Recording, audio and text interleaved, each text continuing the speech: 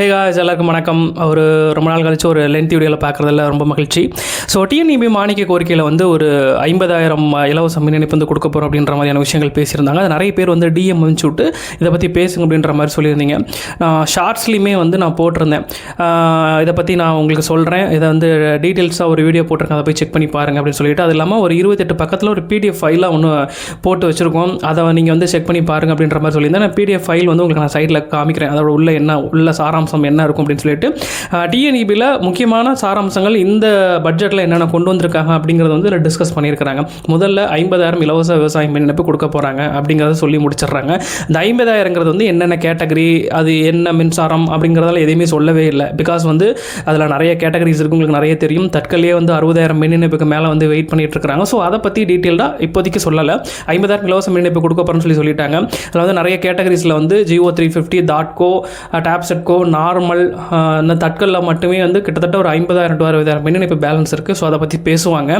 அதை பற்றி டீட்டெயில்டாக பிபி வரும், போர்ட் ப்ரொசீடிங்ஸ்னு சொல்லுவாங்க. அந்த போர்ட் ப்ரொசீடிங்ஸ் வந்ததுக்கு அப்புறமேட்டுக்கு நான் உங்களுக்கு டீட்டெயிலாக எக்ஸ்பிளைன் பண்ணுறேன். இப்போதைக்கு இந்த பிடிஎஃப் நீங்கள் செக் பண்ணி பாருங்கள். உங்களுக்கு அதில் என்ன சந்தேகம் இருந்தாலும் கேளுங்க. அதில் ஓரலாக எனக்கு ரொம்ப முக்கியமாக பரிச்சயமாக தெரிஞ்சதில் ஓகேவாக இருந்துச்சு அப்படின்னா வீட்டு மின் இணைப்பு செல்ஃப் டிக்ளரேஷன் ஃபார்மே வச்சு கொடுக்க போகிறாங்க.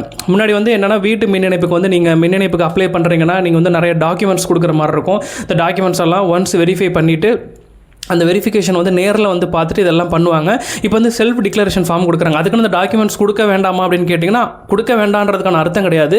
செல்ஃப் டிக்ளரேஷன் அப்படிங்கிற ஒரு இது வச்சு உங்களுக்கு கொடுக்கும் பொழுது நாளைக்கு என்ன பிரச்சனை வரும்பொழுதும் இந்த மின் இணைப்பை துண்டிக்கிறதுக்கு சம்மதிக்கிறேன் அப்படிங்கிற மாதிரியான வாசங்கள் செல்ஃப் டிக்ளரேஷனில் இடம்பெறும். நாளைக்கு அரசாங்கம் எடுக்கும் முடிவுக்கு நான் கட்டுப்படுகிறேன் அப்படின்ற மாதிரி வாக்கியங்கள் இடம்பெறும். அப்போங்களாம் உங்களுக்கு மின் இணைப்பு கிடைக்கிறதுல காலதாமதம் ஏற்படாது. யாருக்குன்னா சிக்கலாக உள்ள நபர்களுக்கு, இந்த கூட்டுதாரர்கள் இருப்பாங்க, என்ஓசி கொடுக்க மாட்டாங்க, அந்த மாதிரி இதெல்லாம் செல்ஃப் டிக்ளரேஷன் வாங்கிட்டு மின் இணைப்பு கொடுக்கறதுக்கான வாய்ப்புகள் பின்வரும் காலங்களில் இருக்கும் அப்படின்னு நான் நம்புகிறேன்.